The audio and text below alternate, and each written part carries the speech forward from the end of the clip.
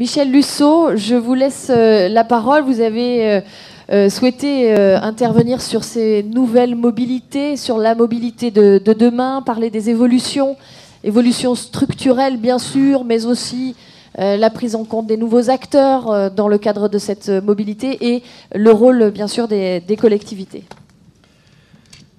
Bonsoir, mesdames, messieurs. Merci au Citral de cette invitation. Merci, Madame la Présidente. Je crois qu'effectivement, la mise en place d'un PDU est un moment important pour une métropole. Et en même temps, je ne vais pas vous proposer une conférence ex cathedra, mais plutôt des remarques, quelques idées en vrac, en deux temps. D'abord au sujet des mobilités en elles-mêmes, et puis ensuite, dans un deuxième temps, au sujet de la place que les habitants pourraient ou devraient prendre dans les processus de réflexion sur les mobilités. Mais je voudrais commencer par insister sur quelque chose qui est peut-être évident, mais qui mérite d'être dit. Nous sommes là pour un plan de déplacement urbain, et en vérité, nous parlons des mobilités. Et l'écart qu'il y a entre le mot déplacement et le mot mobilité est tout à fait décisif. Il faut le souligner. Parce qu'au vrai, on ne parle plus de déplacement. Et c'est tant mieux. Parce que parler des déplacements, c'est trop peu par rapport au type de problème que l'on a à aborder. Parce que parler de mobilité, c'est bien mieux, parce que parler de mobilité, c'est envisager dans tous leurs aspects le rôle et la place des mouvements et des connexions dans la vie des habitants et dans la vie des sociétés et des territoires considérés. Et c'est bien comme ça qu'il faut le prendre en compte, et c'est bien à cela qu'il faut mesurer la difficulté du travail que nous avons à faire. Parce que si l'on parle de déplacement, on pourrait croire qu'une vision technologique et une bonne maîtrise des ingénieries spécifiques suffirait à faire les choix éclairés et suffirait à garantir la prospérité, le bonheur et le développement des sociétés.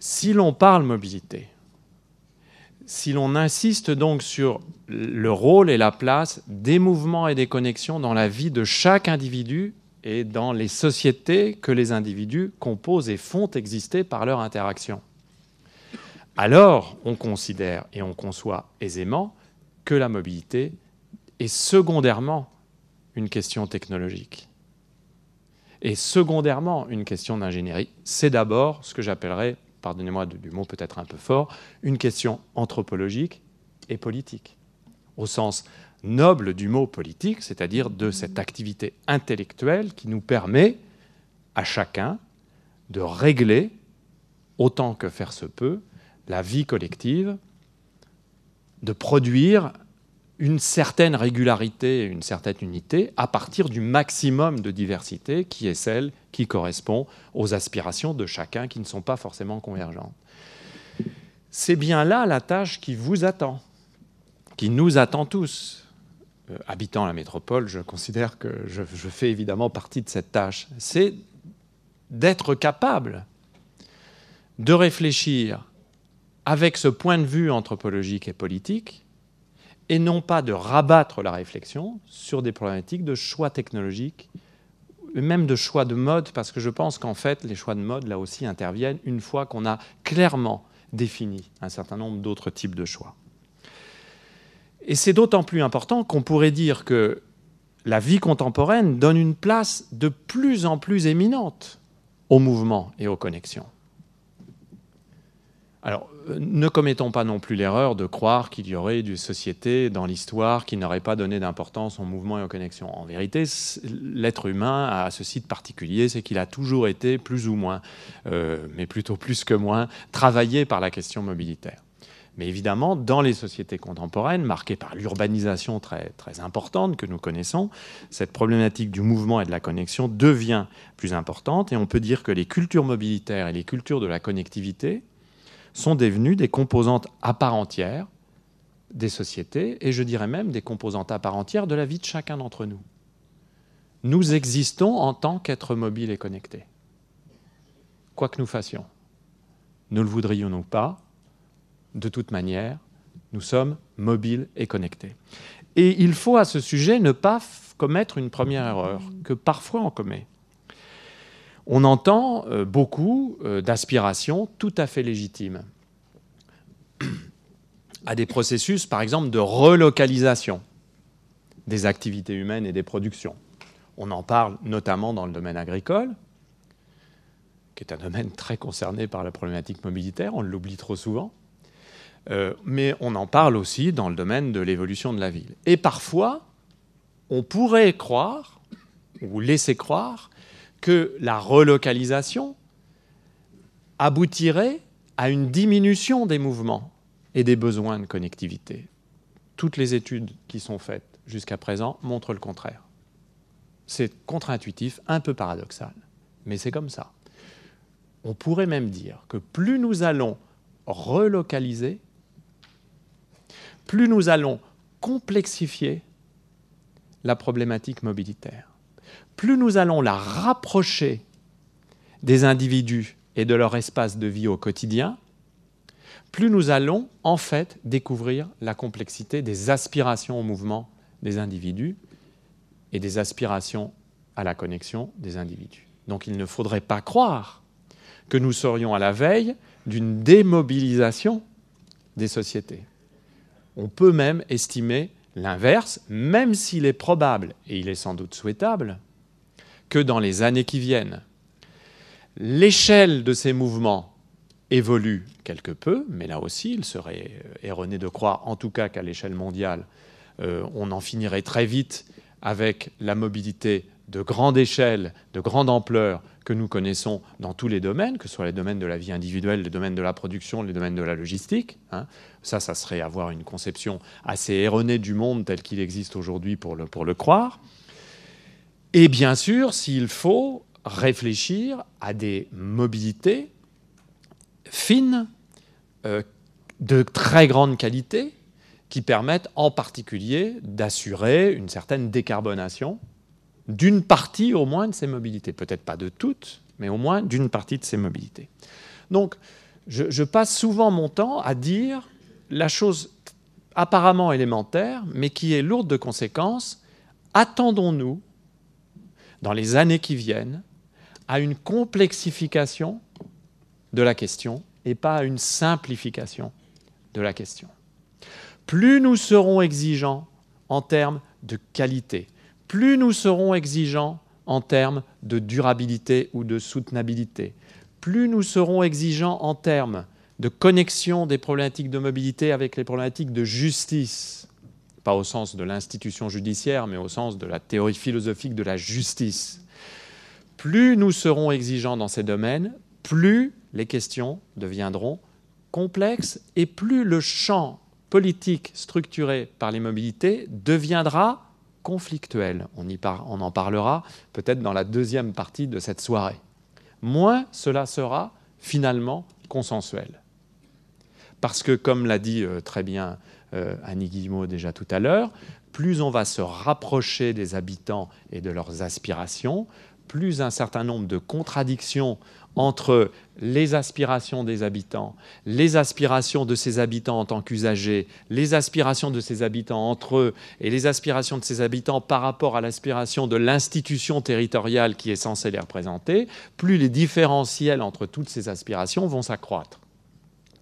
Donc, ne croyons pas que nous sommes au bout de nos peines. Non, je préfère le dire aux deux élus et à l'ensemble des personnes qui sont engagées dans cette réflexion. Le plus difficile est devant nous, en raison même justement de cette complexification.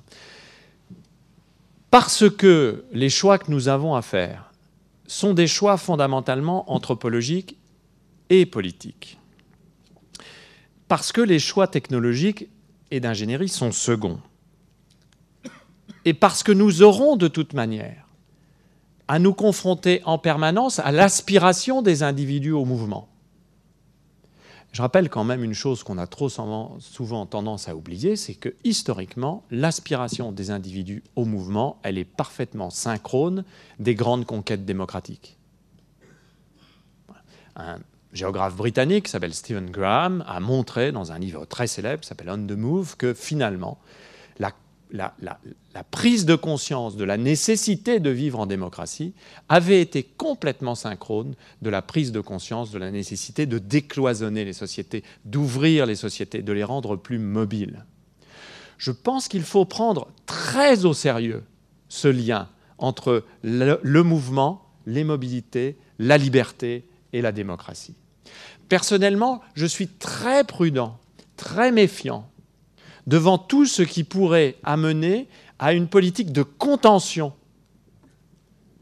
qui ne dirait pas son nom des mobilités, parce que je pense que ce lien de la mobilité à la liberté ne doit pas être pris à la légère. Et d'ailleurs, dans les grands systèmes autoritaires que nous connaissons aujourd'hui encore dans le monde, il n'est absolument pas hasardeux qu'à chaque fois, les mobilités sont extrêmement contrôlées, pour ne pas dire interdites.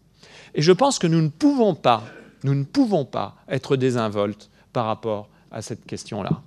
Parce que cela fait aussi partie de notre histoire politique, de l'histoire sociale et culturelle qui est la nôtre, et je crois que ça mérite un tout petit peu de prudence.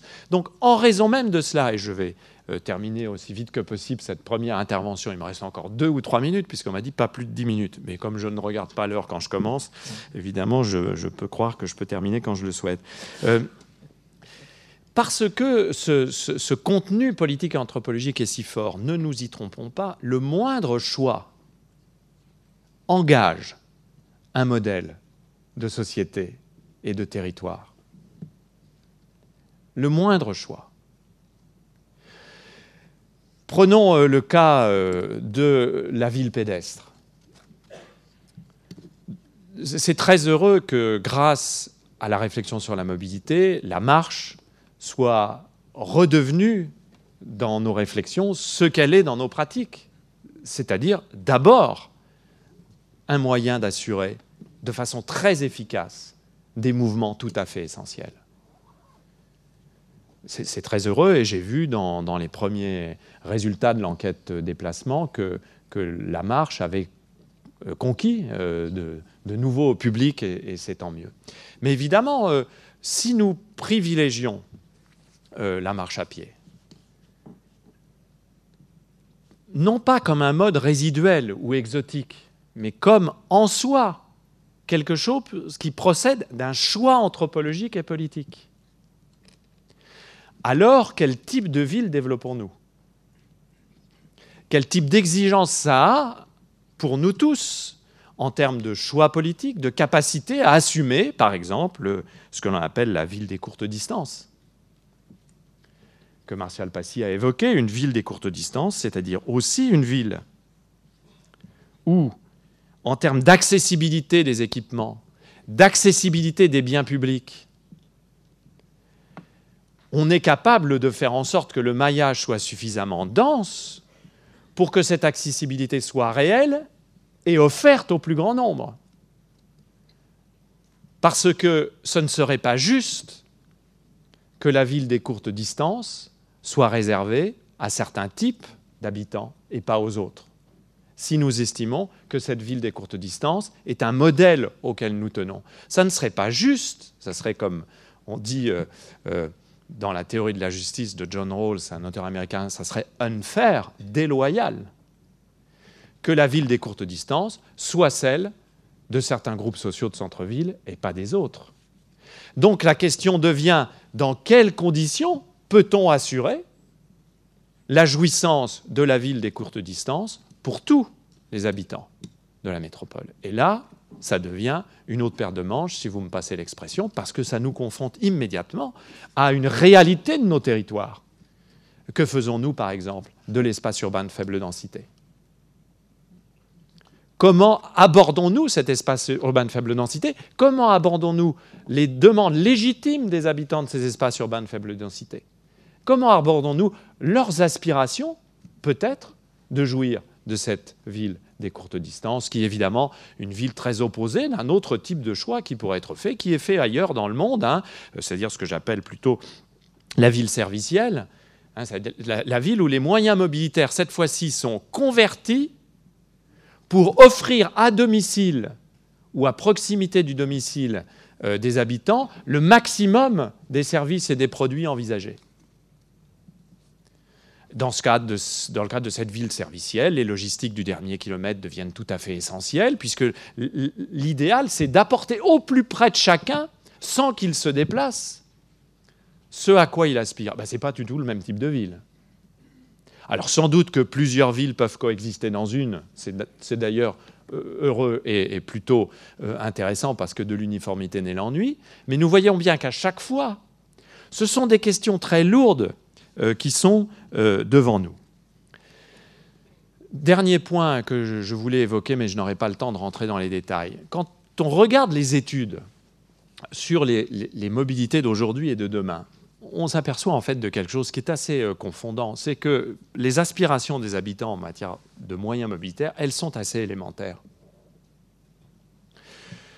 Simplicité, régularité, fiabilité, efficacité, propreté, sûreté. Voilà, en gros, on couvre l'essentiel. Et pourquoi je voulais dire ça? Parce que je voudrais terminer par une petite remarque que j'espère vous ne prendrez pas mal. Je suis frappé du décalage entre le caractère élémentaire et simple au bon sens du terme de ces aspirations, qui fait qu'en gros, quelqu'un nous dit si c'est fiable, efficace et régulier, moi, je prends plutôt les transports en commun. Entre ces aspirations qui sont des aspirations basiques et parfois un certain type de réponse que l'on apporte à ces aspirations et qui me paraît aujourd'hui caractérisée par une sorte de surenchère dans le design, l'aménagement formel, le traitement, l'hyper-traitement paysager d'un certain nombre de solutions qui sont proposées. Eh bien, je serais tenté de vous dire qu'en matière de mobilité de demain, ça peut vous sembler surprenant que je dise ça, mais je voulais le dire, on pourrait être amené, aussi pour des questions de justice sociale et de soutenabilité des coûts, à vouloir un peu moins de formel, un peu moins de design, un peu moins de carrossage, et un peu plus de simplicité, un peu plus d'efficacité, un peu plus de régularité, un peu plus de fiabilité. L'avenir des systèmes mobilitaires n'est pas le design des systèmes mobilitaires. L'avenir des systèmes mobilitaires, c'est de les rendre plus justes, plus simples, moins coûteux, plus efficaces. Et nous sommes parfois là en contradiction avec un certain nombre de prescriptions qui sont par ailleurs faites par un certain nombre de donneurs d'ordre. On m'a dit que je pouvais être désagréable, donc j'en profite. C'est assez rare qu'on nous le propose, donc il ne faut jamais s'en priver. Les géographes sont iconoclastes. Exactement. Petite chose que j'ai oublié de dire tout à l'heure, il y a un autre problème dans la mobilité, c'est que, mais peut-être que nous pourrions en discuter, c'est que les coûts mobilitaires sont souvent masqués. Et le rôle d'un PDU, à mon sens, c'est aussi d'objectiver les coûts mobilitaires, mais de les objectiver vraiment en compréhension, c'est-à-dire dans toute leur complexité. Je sais que dans les experts, il y a des gens qui maîtrisent bien ces questions-là, parce que le coût mobilitaire, c'est toujours très complexe, à décomposer un coût mobilitaire. C'est important parce qu'autrement, comment voulez-vous faire la balance coût-bénéfice si vous n'êtes déjà pas capable d'objectiver les coûts? C'est impossible. Donc, il y a aussi une exigence de travailler sur cette question des coûts mobilitaires, mais en essayant d'avoir une vision large de ces coûts mobilitaires. Et ça aussi, je voulais le dire. Et voilà pour la première étape de la soirée. Merci beaucoup, Michel Lusseau. Et puis, il y a une question également pour vous, Michel Lusseau, sur la remobilisation, c'est ça? Est-ce qu'elle implique... la relocalisation implique-t-elle la complexité? Voilà, on avait besoin de précision peut-être là-dessus. Oui, peut-être aussi dire un mot sur la question du design. Je vais peut-être commencer par là. Vous savez, en design, il faut comme en aménagement d'ailleurs en général, ce qu'il faudrait dire et ce dont il faudrait se convaincre, c'est que less is more. Le moins, c'est le mieux. Ce qui est contraire à pratiquement toutes les pratiques et toutes les théories de l'aménagement et du design que nous avons développé depuis une quarantaine d'années. Et en matière de design, tout particulièrement. D'abord, on peut quand même risquer l'idée suivante. Les mouvements sont des temps de vie pour les individus. Ce ne sont pas simplement des déplacements, ce sont des temps de vie. Et moi, je pense que politiquement et culturellement, il est très important de réfléchir à ces temps de vie en nous posant la question suivante. Est-il ou non légitime de faire en sorte qu'aucun de ces temps de vie ne soit laissé ouvert, sans sollicitation, sans stimulation? Parce que l'équipement de tous les espaces, le design de tous les espaces, la surproposition formelle dans tous les espaces, ça signifie que l'on ne laisse plus aucun temps ouvert pour l'individu, c'est-à-dire y compris ouvert à ne rien faire, parce que les enquêtes montrent en particulier que beaucoup de gens, lorsqu'ils se déplacent, ne font rien, font la sieste, pensent à autre chose, divaguent, rêvent tout éveillés, et n'ont pas forcément besoin d'être sollicités. Après tout, lorsqu'un ancien dirigeant de TF1 avait fait scandale en disant que son métier, c'était de vendre du temps de cerveau disponible, ne faisons-nous pas la même chose lorsque nous suréquipons le moindre mouvement, le moindre moment de la vie sociale, lorsque nous surinformons chaque mouvement de sollicitation en disant « fais ci, fais cela, tiens, regarde cette forme comme elle t'accueillerait, regarde ce banc comme il te demanderait de t'asseoir ». Mais on peut aussi, tout simplement, ne pas vouloir s'asseoir comme cela.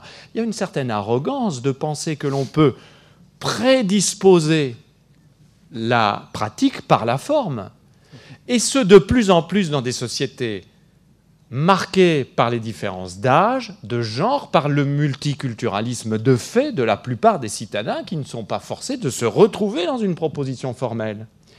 Il y a donc une sorte d'arrogance de la mise en forme du monde urbain, qui, moi, me pose une question, qui est une question pas simplement économique, qui est aussi une question politique, qui est aussi une question anthropologique. Après tout, la ville de demain, ça sera peut-être aussi la ville où on laissera les individus penser ce qu'ils veulent, quand ils le veulent.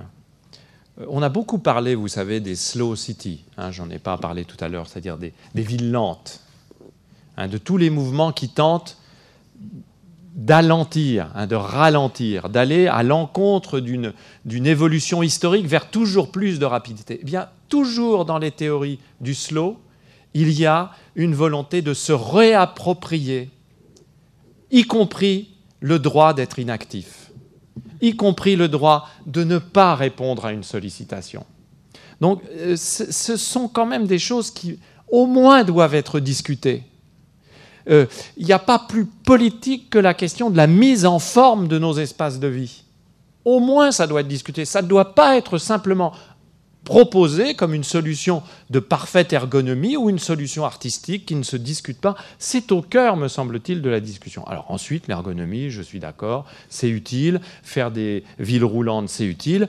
On a plein de cas intéressants. Tenez le Japon, où les espaces publics sont très peu équipés, sont des espaces publics qui fonctionnent très bien, et en particulier les espaces mobilitaires fonctionnent très bien. Donc il y a quand même des exemples à glaner. Alors sur la complexification de la relocalisation, mais oui, c'est contre-intuitif, mais prenons le cas, prenons un cas non urbain, prenons le cas du développement des AMAP et des nouvelles agricultures de proximité. À quoi sont confrontés les agriculteurs qui se lancent dans des AMAP ? Eh bien, ils sont confrontés à une gestion d'une logistique, d'une complexité qu'ils n'imaginaient même pas au départ.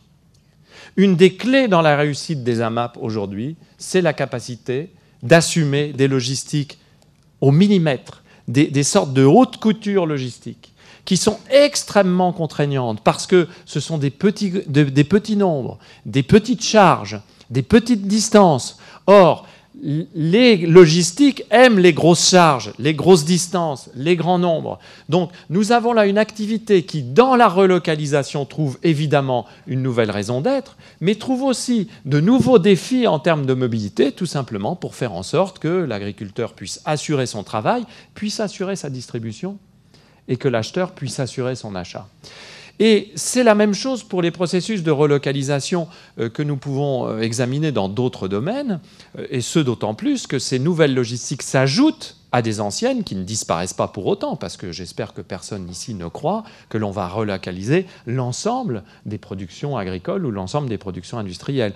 Idem pour l'urbain, par exemple. Si l'on décide de faire de l'urbain plus dense et plus compact, en quelque sorte de relocaliser en quelque sorte la vie sociale, eh bien on s'aperçoit que de petits mouvements qui jusque-là n'étaient pas considérés comme des mouvements importants, deviennent pour chaque habitant des mouvements tout à fait essentiels. Je vais prendre un exemple dans un autre registre qui va peut-être vous surprendre. Il y a une trentaine d'années, une quarantaine d'années, lorsque j'étais enfant, il y a une centaine d'années, on ne pensait pas, par exemple, que le déplacement de l'enfant vers l'école était en soi un problème ou un enjeu. Aujourd'hui, quel parent laisserait son enfant aller seul, ne serait-ce que 250 mètres entre son domicile et l'école, alors qu'on faisait plusieurs kilomètres. Donc il y a un investissement du micro-mouvement qui complexifie la relation au mouvement, parce que chaque individu le charge, et on invente les pédibus, et on invente un certain nombre de choses. Donc en fait, tous les processus qui nous ramènent au plus près de l'habitant et du producteur donne en fait une complexité supplémentaire. C'est ça la question paradoxale. Mais c'est plutôt une chance, parce que ça nous permet de travailler en qualité. Quelle doit être, quelle peut être peut-être même la place des habitants dans cet acte de révision du PDU, de construction d'un plan de déplacement urbain? On a entendu, il est question de changement des comportements, de contraintes, imposer la contrainte. On vous écoute, et puis bien sûr ensuite je donnerai la parole à ceux qui le souhaitent pour des réactions et des questions. Alors, si l'on accepte ce que l'on a dit tout à l'heure, la mobilité est une question fondamentalement anthropologique et politique, alors on comprend aisément qu'on ne peut pas ne pas s'appuyer sur les habitants. Ça coule de source.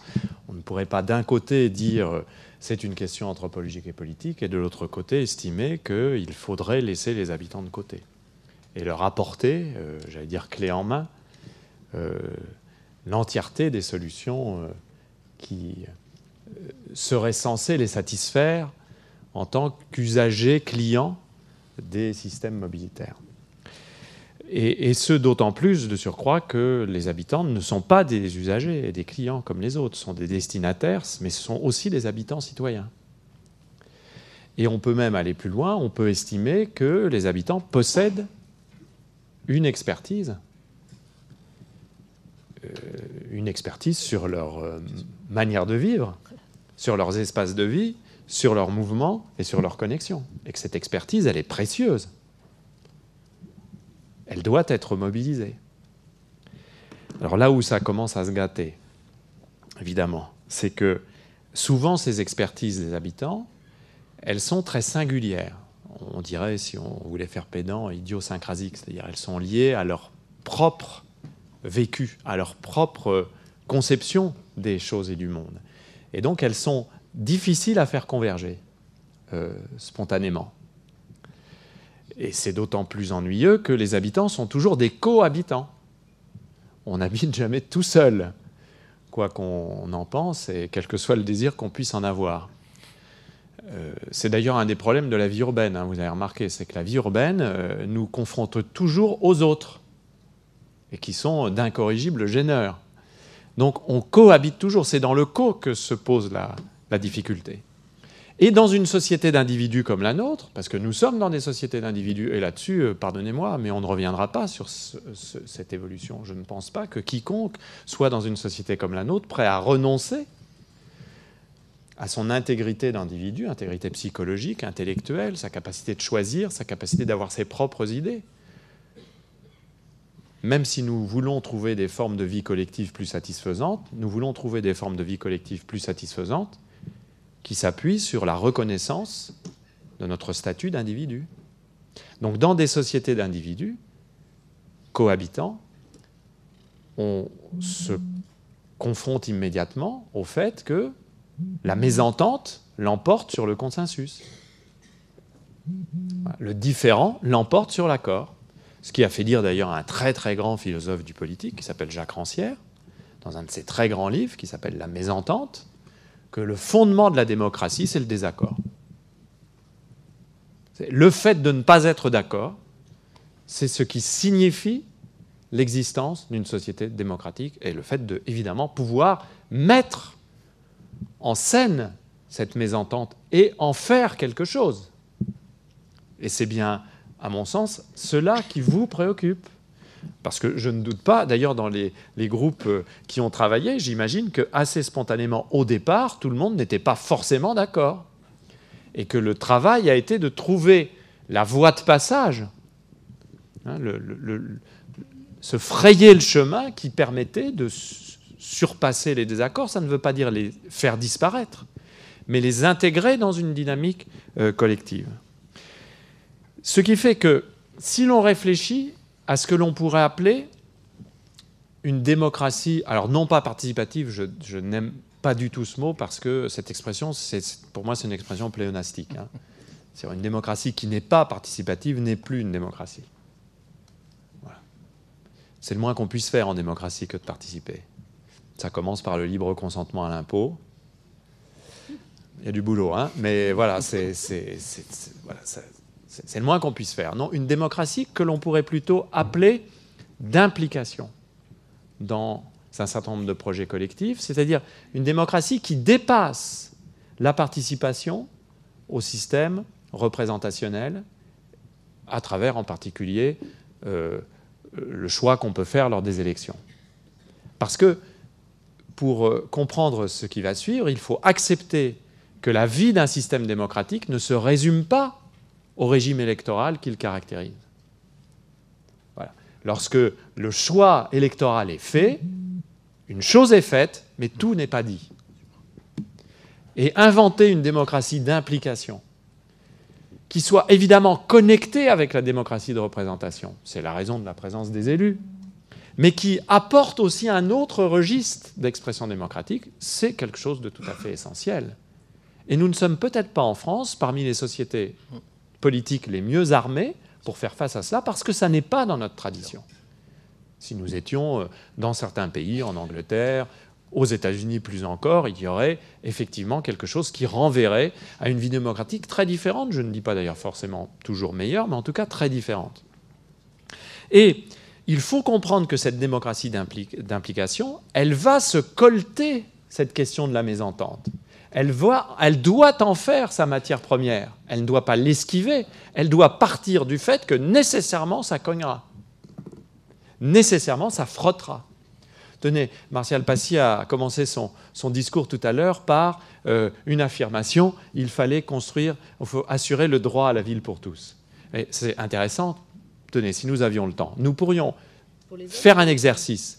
Qu'est-ce qu'on entend par droit à la ville pour tous ? Et peut-être pas pour toutes d'ailleurs. Qu'est-ce qu'on entend par droit à la ville pour tous ? Pratiquement tous les mots sont source de mésentente. Les femmes ne sont pas des hommes comme les autres. Alors, tous les mots, toutes les expressions. Droit à la ville. Nous ne serions pas forcément tous d'accord pour définir le droit à la ville de la même manière. Ville, nous ne sommes pas tous d'accord pour définir la ville pour tous.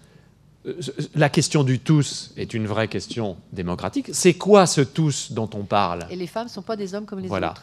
C'est quoi ce tous ? Ça veut dire que ce tous, c'est le tous des seuls citoyens ? Des seuls résidents d'une commune, lorsqu'il s'agit de faire des choix pour une commune ? Dans ce tous, est-ce qu'on y met les gens de la jungle de Calais aujourd'hui ou pas ?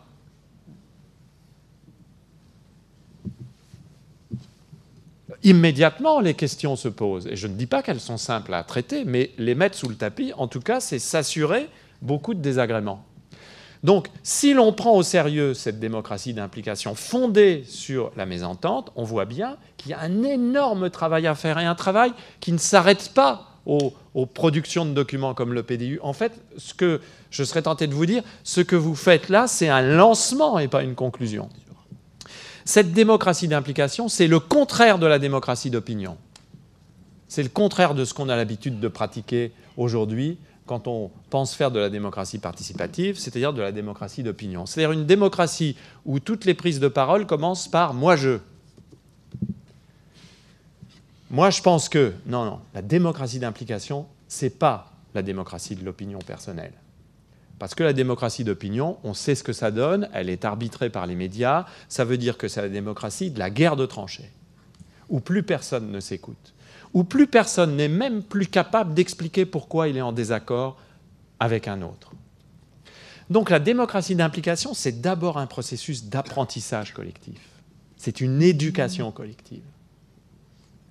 Il faut acquérir tous des expertises et des compétences que nous n'avons pas. C'est-à-dire la première, la capacité non pas de dire son opinion, mais d'objectiver une position. C'est-à-dire de rendre clair une prise de position sur un problème donné. Et d'essayer de le rendre si clair qu'on puisse en débattre et en discuter. Je reprends l'exemple de la qualité que Dominique Mignot a mis en avant à juste raison tout à l'heure. Comme il a insisté à juste raison sur la question de l'importance des connexions. Quand je dis la vie, c'est fait de mouvements et de connexions. Évidemment, la connexion, c'est fondamental. Et c'est peut-être un des avantages comparatifs possibles pour les systèmes de mobilité, de transport collectif en particulier. Mais par exemple, la qualité, c'est une notion équivoque. Ce n'est pas une notion première, c'est une notion multidimensionnelle. Qu'est-ce que serait pour chacun d'entre nous la qualité ? Il faut donc objectiver une position autour de la qualité pour la rendre disputable et discutable.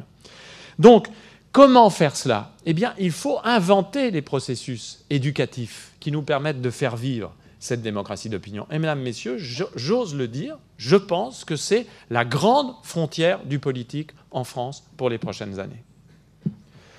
Je serais même tenté de dire que la plus grande frontière de politique n'est peut-être pas le choix à l'élection présidentielle de 2017, surtout s'il ne s'agit que d'un choix de personne. La grande frontière du politique, c'est la frontière que nous avons tous à franchir collectivement, en assumant collectivement ça, c'est la grande frontière de l'éducation collective à une démocratie d'implication, qui passe par la possibilité que chacun objective ses points de vue et fasse naître le débat autour des différents. Il y a des systèmes qui existent, il y a des recettes, il y a des méthodes. Vous en avez essayé quelques-unes. Les mini-publics, c'est très bien, les mini-publics. On arrive à des résultats qui sont parfois déconcertants. Pour des gens dans mon genre toujours assez marqués par la pensée libertaire, enfin libérale, enfin c'est un peu la même chose, enfin philosophiquement libérale, l'idée de la contrainte, le doigté dans la contrainte. Ouais, alors là, moi, si vous voulez, ça me laisse... Ouais, moi aussi. Ça me... Wow. Mais je veux bien en disputer. Associer les deux. Je veux bien en disputer, et pas en discuter simplement. Je veux bien comprendre ce qu'il y a derrière, parce que je trouve que c'est intéressant ce qu'il y a derrière. Parce que dans une démocratie d'implication, toutes les idées doivent être entendues à partir du moment où elles sont traduction d'une objectivation de point de vue. Parce que si vous faites de la démocratie d'implication, vous ne pouvez pas trier sur les idées. C'est à mon sens pour ça qu'on hésite souvent. Parce que dans une vraie démocratie d'implication, où vous écoutez tout le monde, ben vous n'êtes jamais sûr de ce qui va être dit. Et vous n'êtes jamais sûr d'être content de ce que vous allez entendre. Mais vous êtes obligé de faire avec. Parce que si vous ne voulez pas faire avec, ben mieux vaut ne pas commencer. Donc, ce processus d'apprentissage à travers le mini-public, ça peut être fait. Et puis, il y a plein d'autres choses qui pourraient être inventées. Alors, je vous en donne 2 ou 3. Alors, vous allez dire, il a abusé d'eau de Vittel. Il faut vraiment terminer la soirée, parce qu'il y aura vraiment, il commence à rêver. Mais il y a des choses qui peuvent être tentées, qui ont été tentées. Par exemple, des procès. On instruit le procès autour d'un conflit d'aménagement, par exemple. On peut faire le procès de la voiture. On peut faire le procès d'un grand stade. On peut faire le procès d'un aéroport. Et on l'organise comme un procès. On instruit à charge, à décharge, on apporte des preuves, on objective, et on tire au sort un jury. On tire au sort un jury qui tranche. Après tout, ça marche pour les procès criminels. Vous croyez que c'est facile d'être juré d'assises dans un procès criminel ? Pourquoi est-ce que le tirage au sort, ça ne marcherait pas ?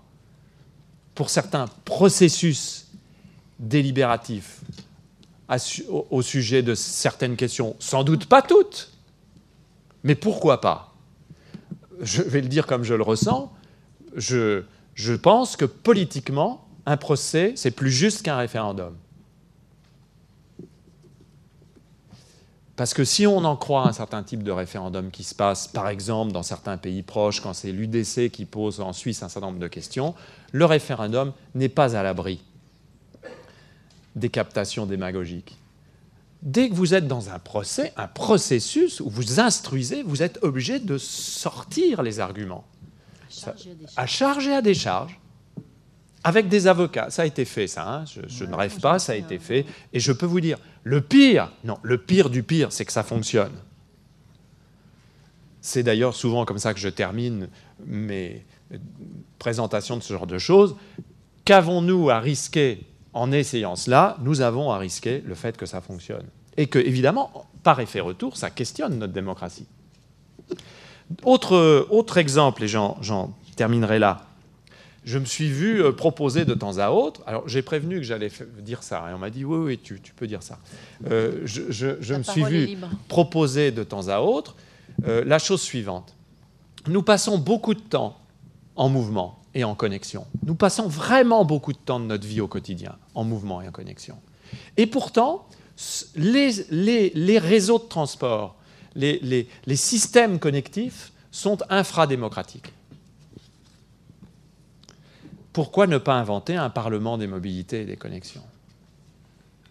Pourquoi ne pas inventer une manière de se prononcer démocratiquement sur un certain nombre de choix qui tiennent strictement à l'importance que ces mouvements et ces connexions ont dans notre vie?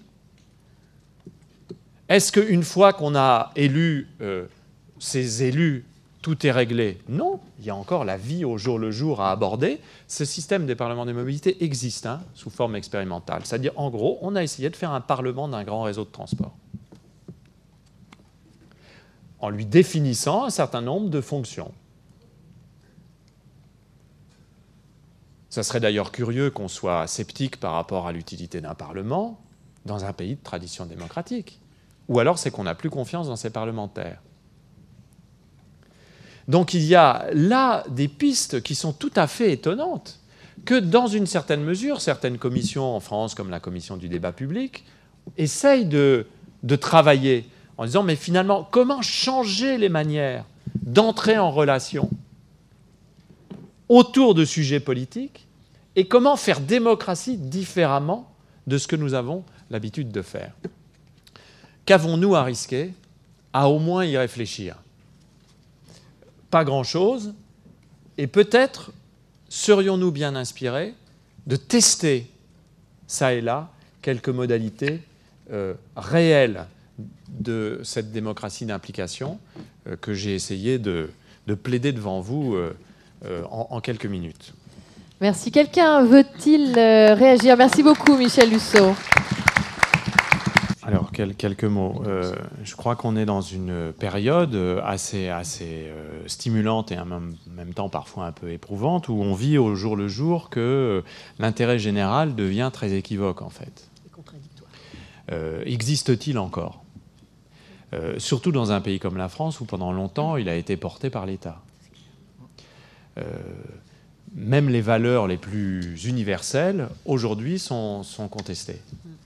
Je parlais tout à l'heure de la jungle de Calais. Regardez comment cette crise, finalement, qui en valeur absolue concerne des flux de personnes assez restreints à l'échelle de la population française et encore plus européenne, regardez comment cette crise met à mal, y compris la convergence de tous vers des valeurs d'ouverture à l'autre.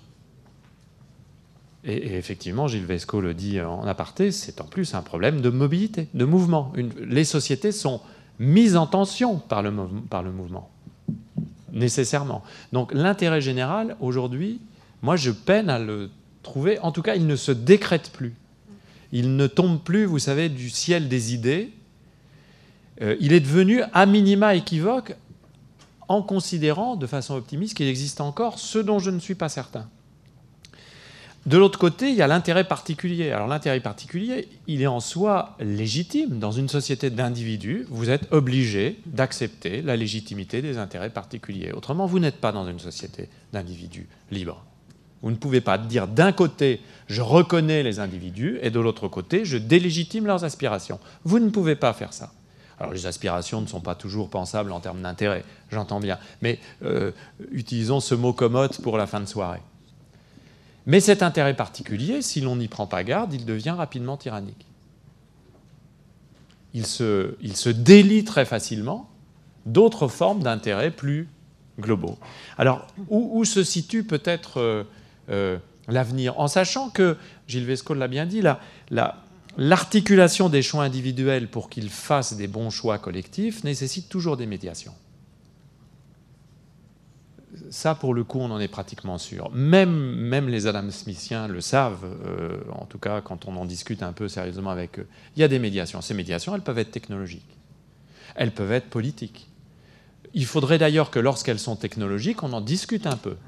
Parce qu'à ne pas discuter des médiations de Google, de Apple, de Twitter, de Facebook, on en finit par se trouver dans la situation où ces sociétés constituent leur capital de richesse à partir de nos données individuelles sans que jamais nous ayons véritablement discuté de ce que cela voulait dire. Donc moi, je suis pour repolitiser les choix technologiques et l'existence des médiations technologiques. C'est peut-être aussi une autre frontière que nous avons devant nous, sans être technophobe du tout. Moi, je pense que ce que vous avez montré, c'est tout à fait intéressant.